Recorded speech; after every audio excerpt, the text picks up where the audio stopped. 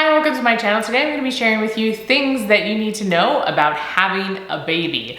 And so if you like this kind of content and other homeschool and lifestyle content, please remember to subscribe and let's get into it. Okay, so if you are new here, I have 6 kids and they are between the ages of 11 and 8 weeks old there's a 5-year gap in between the first 4 and the last 2.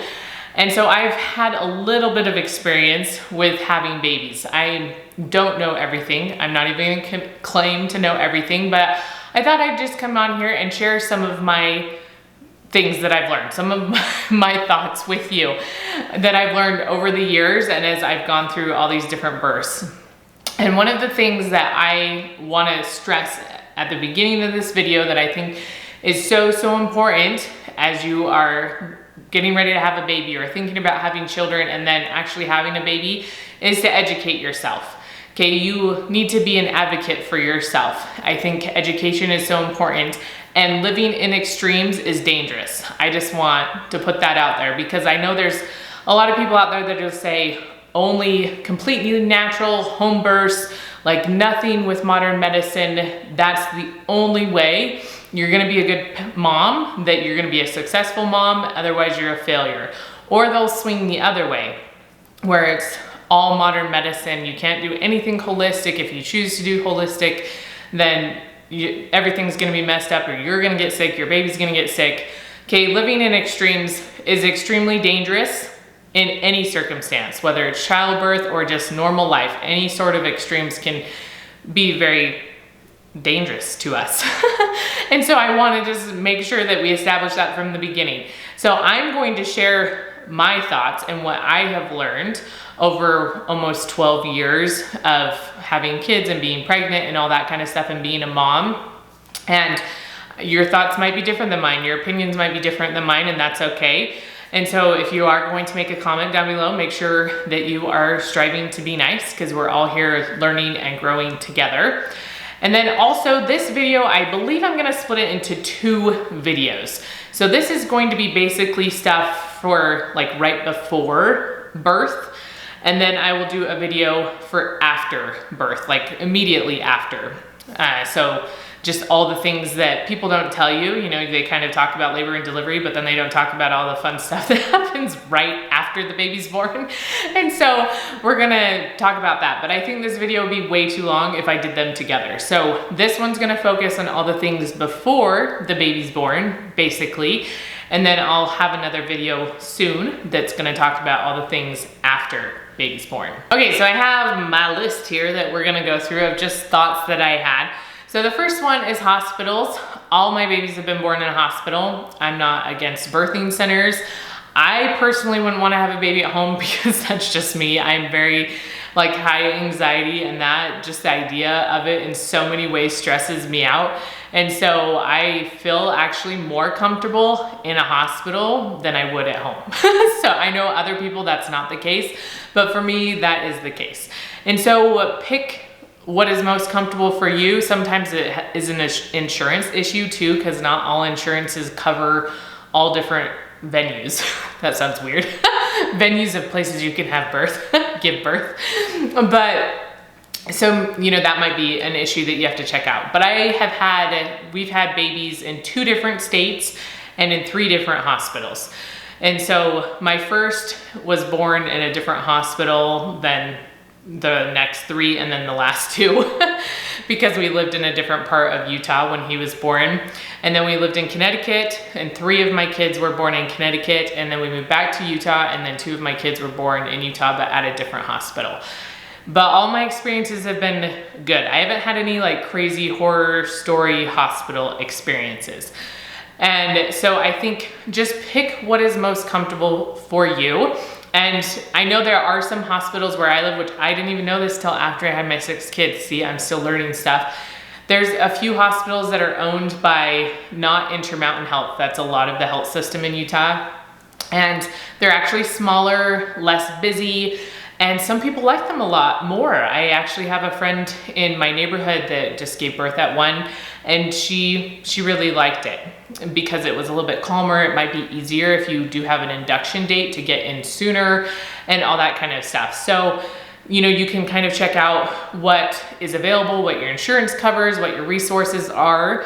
But I think just being aware that there are different options is important, and then picking what fits you and what you want out of your birthing experience. Like, pick the best option for you, but then also plan for things to maybe not go right. That sounds weird, but I had a friend that finally got to have a baby in a birthing center, which is what she'd wanted. This was her 5th baby, and the other 4 were in a hospital. But then she hemorrhaged and had to be rushed to the hospital. And I'm not trying to say, like, scare the heck out of you. Okay, that's not my intent at all. But make a plan, and then plan for things to not go right. You know, what are we gonna do if it's not that way?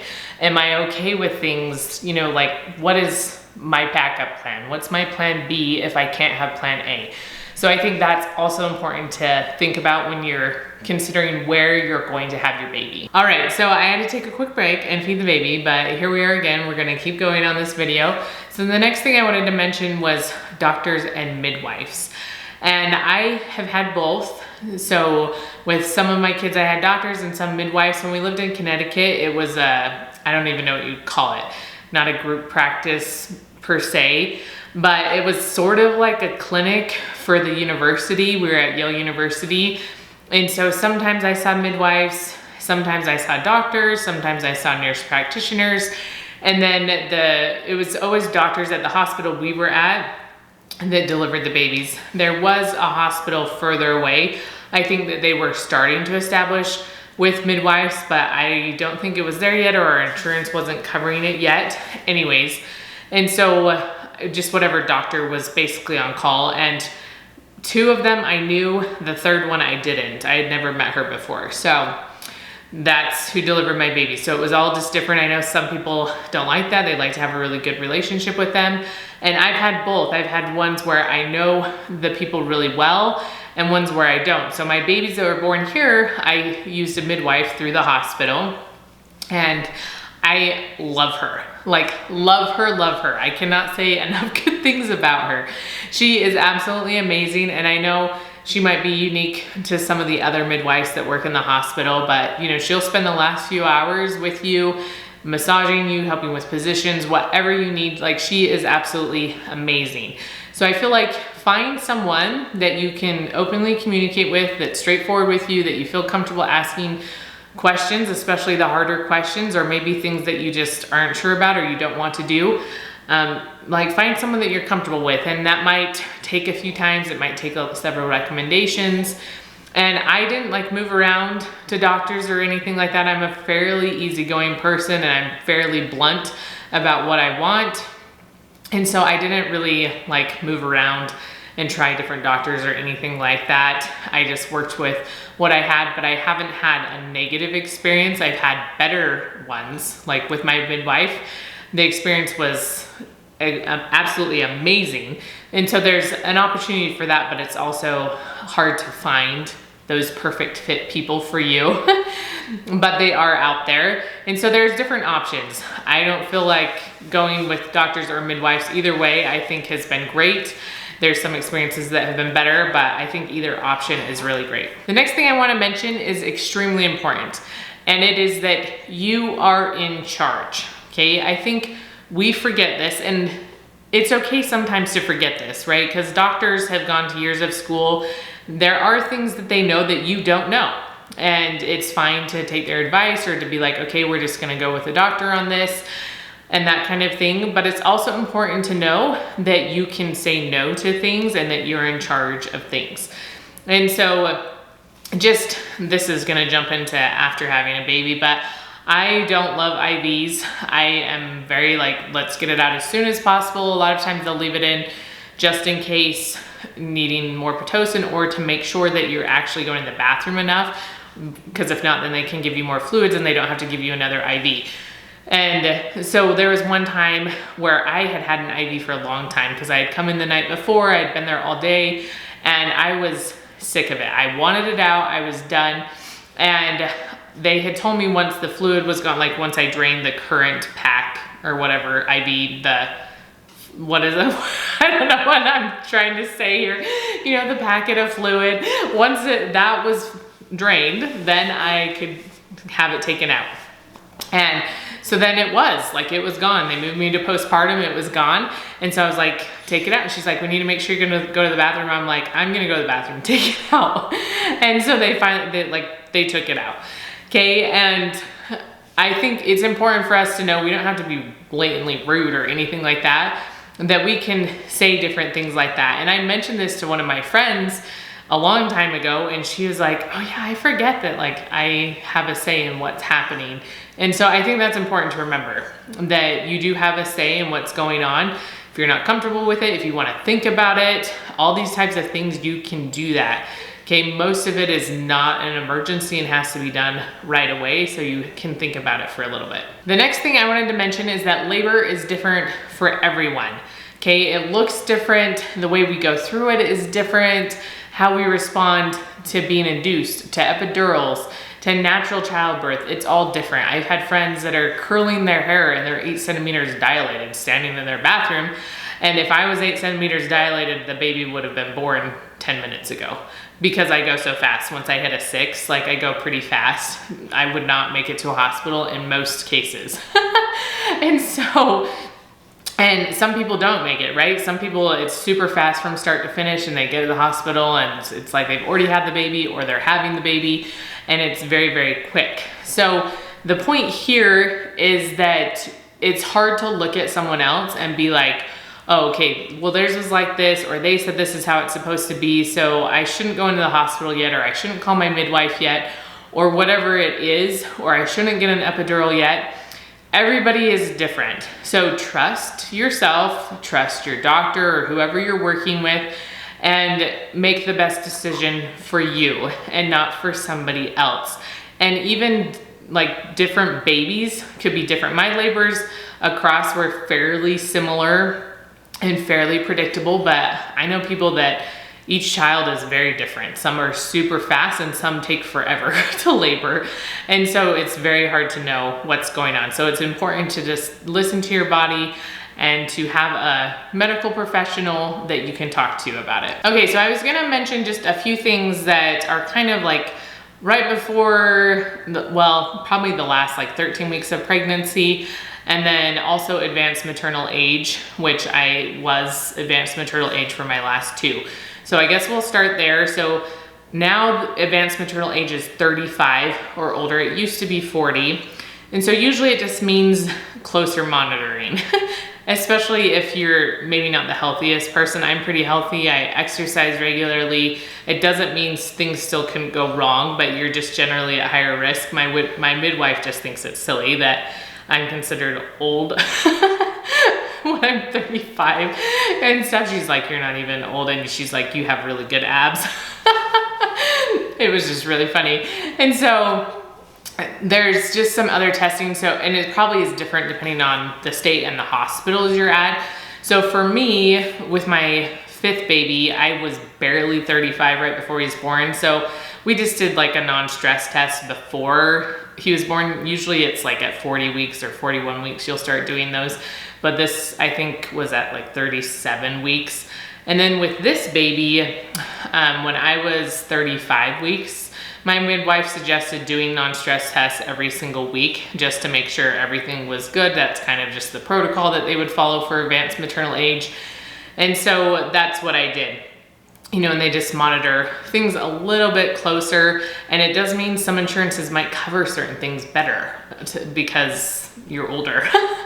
Like my genetic testing for her to find out if we were having a boy or a girl was so much cheaper than it was with my previous baby because I was already advanced maternal age. And so certain things like that, insurance is covered differently because now you are old. And so that's something just to know about, and it might just be different. Protocol for it might be different depending where you live. And then there is the glucose testing, which is usually like around 28-ish weeks, depending. And for me, it is never, like you don't have to fast. I know some, again, protocols are slightly different depending where you are. I've never fasted for any of them. I've always passed the test, but it's just a screening to see if you could be a candidate. That's not the right word, but for gestational diabetes. And then if you fail it, they'll do a 3-hour test, and that is a glucose tolerance test. And that test you I think are supposed to be fasting. Again, I have never had to do that test. And so I don't know really anything about it except you get your blood drawn a lot more. And so then they'll see, and if you fail that test, then they'll diagnose you with gestational diabetes, which means you could have bigger babies and other maybe problems. But my babies are already big, but I don't have gestational diabetes. So anyways, that's something. And then the last like test or thing I just wanted to mention that maybe you're not familiar with is Strep B. And they take that, like usually it's a little swab of the area down there, and they take it around 37 weeks, 36, 37. And Strep B is a flora that is present on and off all the time. And it's a healthy flora, but it can be dangerous to babies if it's present when they deliver. And so my first two and her, I was negative, but the other three, so 3 in a row, I was positive. I thought I'd be positive with her since my last 3 I have. But again, it doesn't dictate. Sometimes it comes and goes, which is why they check it at the end of pregnancy, because it can come and go. And so what it means is that they give you penicillin, unless you're allergic, and then they would give you something else, I guess. But they give you penicillin, usually like 4 hours. They like you to have a dose in your body about 4-ish hours, 3 to 4-ish hours before you deliver. Are you just wiggling? Are you gonna spit up on me? And so just to make sure that when the baby is born, they're not exposed to anything that could be harmful to them. So I had penicillin for those 3 babies that I tested positive with, and it's a very easy test. It's less invasive than most of the things you probably have to go through with labor and delivery. It's just a quick swab, and then they'll test it and let you know whether or not you're positive or negative. Okay, I'm sweating, if you wanted to know, like holding her right here. And my arm are tired. I've worked my arms the last 2 days with my workouts, and so I'm like, it is hot and my arms are tired. So anyways, we're gonna keep going. We're getting close to the end of this video. And so the next thing I wanted to mention is induction. I know there's mixed ideas, research, all sorts of things about being induced. Some things nowadays are showing that being induced by like 39 or 40 weeks is actually better, healthier. The placenta starts to break down after that and things like that. So I have been induced with 5 of my 6 kids. My first one is the only one my body actually went into labor, and I was at 39 weeks with him. But still, after almost 30 hours of labor, they still had to give me a little Pitocin because my body was just really struggling with like laboring regularly and keeping my contractions consistent and stuff. I just wasn't doing a good job. But the next ones, my next 3 were 41 weeks, because in Connecticut, where we lived at the time, they wouldn't induce sooner than 41 weeks. So those ones were 41 weeks. And then my last 2 were 39 weeks. They're all very large, healthy babies, and nothing, like everything went fine with me being induced. I wasn't even at risk, there wasn't even talk of like C-section or anything like that through any of those pregnancies.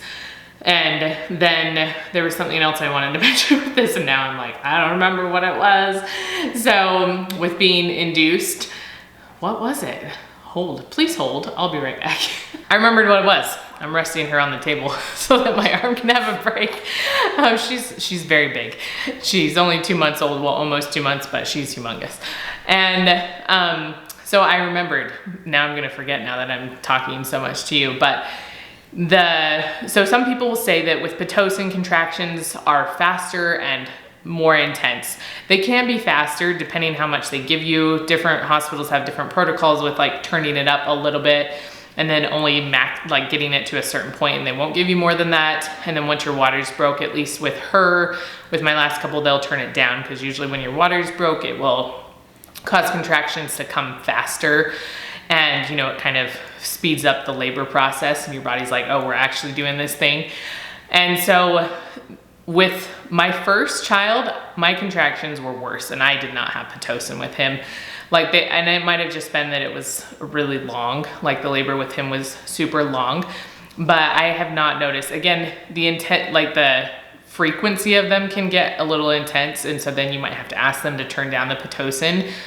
But other than that, like usually I don't feel like the contractions were any harder to handle with my other 5 than it was with my first, and he was the only one I wasn't laboring the whole time with Pitocin. So that's just kind of my take on it, but those are my thoughts about being induced.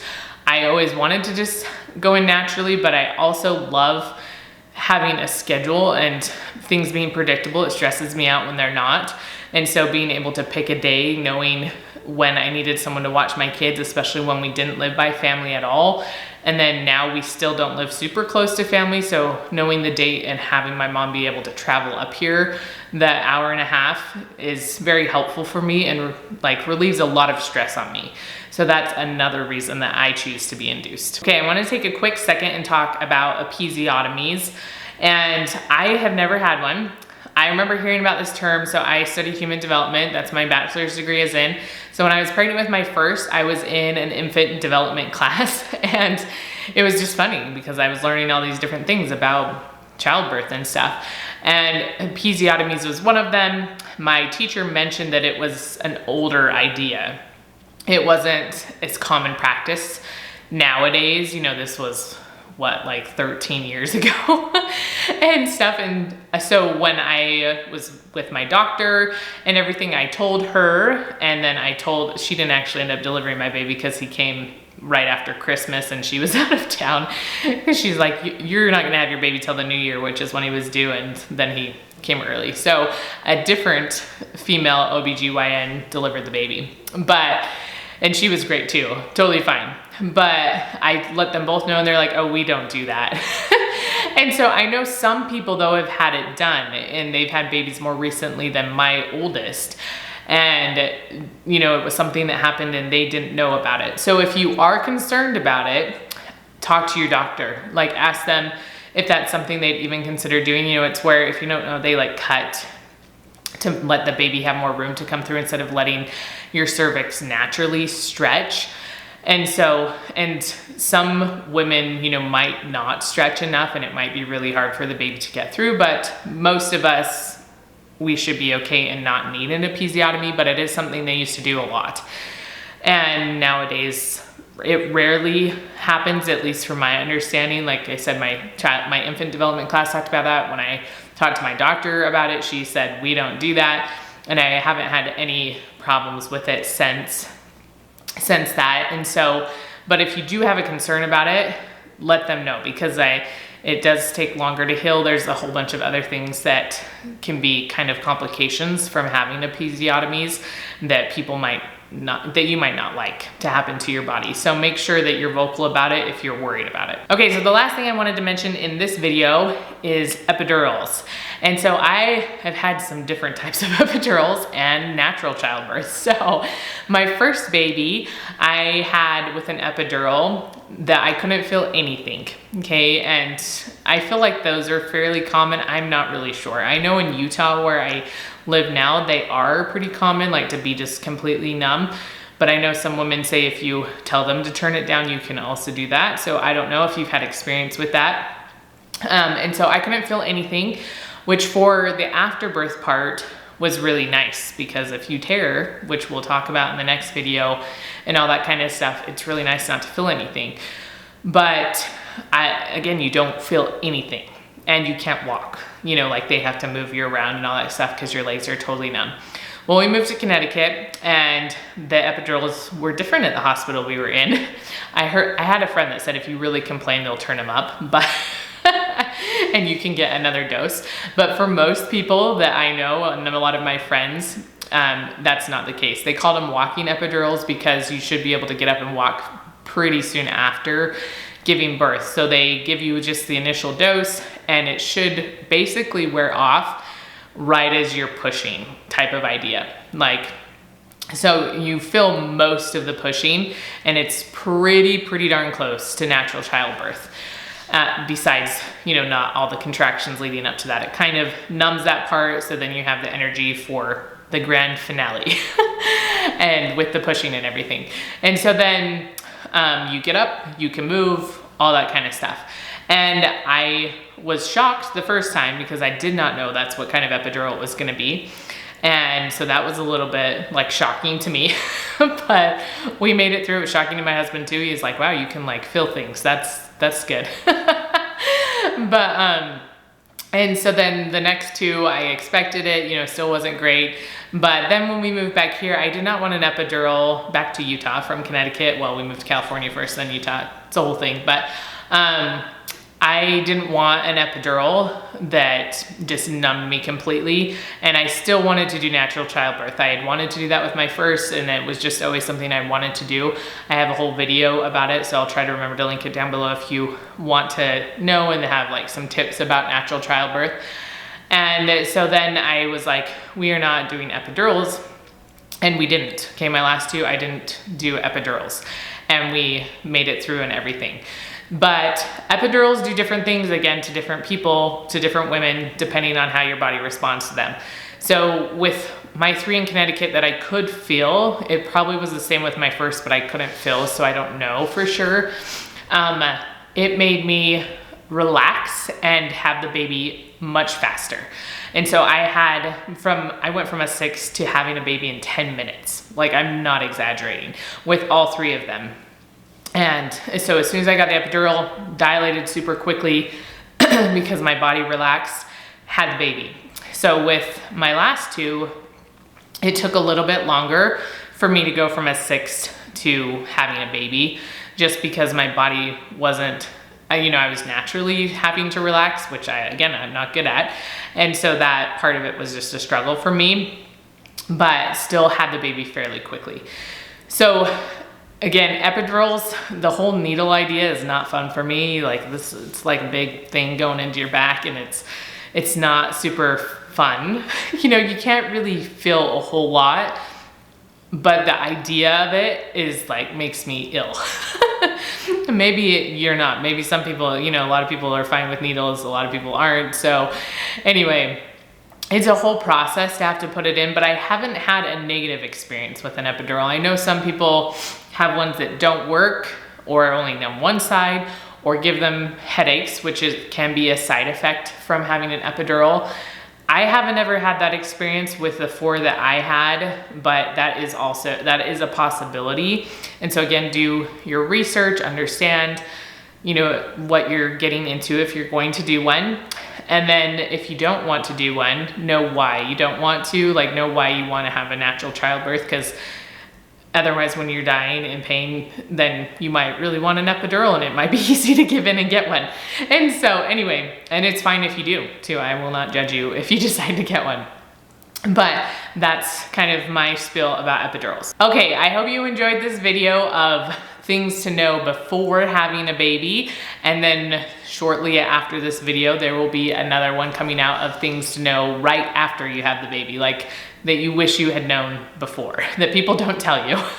Some of them they probably do tell you. And so I will be filming that one soon as well. So look forward to that one. And if you enjoyed seeing this video, give me a thumbs up. If you have other questions you'd like me to answer about having babies or taking care of babies, anything like specifically, put it down in the comments so I will know, and I will see you next time.